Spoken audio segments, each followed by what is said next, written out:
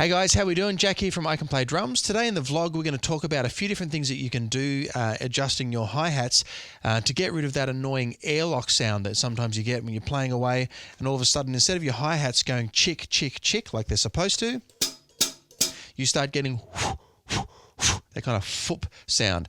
The first thing that you probably notice when that starts happening is you just get this really dramatic loss in volume. All of a sudden you just can't hear anything. Now there's a few things that you can do to fix that.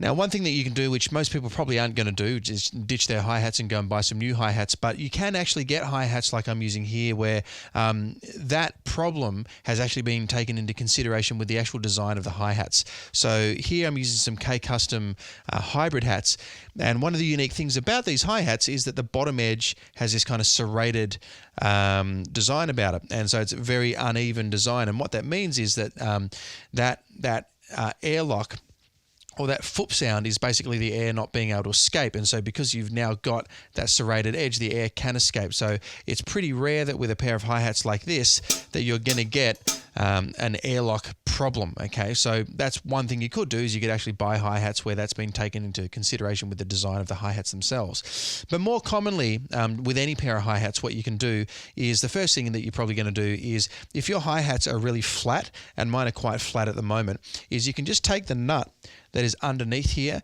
and just adjust it, and you'll notice that as you tighten it up, the hi-hats are going to go on a bit of an angle, and so that means that they're not going to be, instead of being straight like that, they're now going to be on a bit of an angle like that, and it means that they're going to hit in an uneven fashion, and that is going to get you more of a chick sound, okay? Sometimes when they're dead flat, that's what creates that kind of airlock. All right, it's the same sort of thing if you've ever played orchestral crash cymbals, like hand cymbals in an orchestra or a concert band or something like that. The same sort of thing. In fact, they often teach to come in on a bit of an angle with one of them, because if you come in, you definitely don't do this, but if you come in like that, you are almost never going to get a proper sound. Like you're almost guaranteed to get an airlock if you come in like that. So, you know, having them on a bit of an angle is the same kind of concept as you're using here. Having the bottom hi-hat on a bit of an angle just means that when they make contact, because it's uneven, that it's less likely to get that airlock happening there. All right. And the third thing that you can do if you're getting a bit of an airlock is you can just undo the adjustment at the top. Okay, if you've got the hi-hats really tight, that'll mean that the top cymbal's really not moving a whole lot.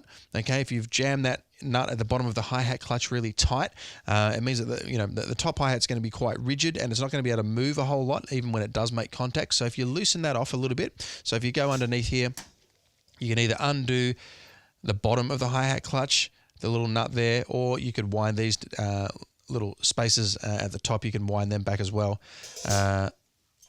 Reset the hi-hat. And there you go, you've got a pretty consistent sound there.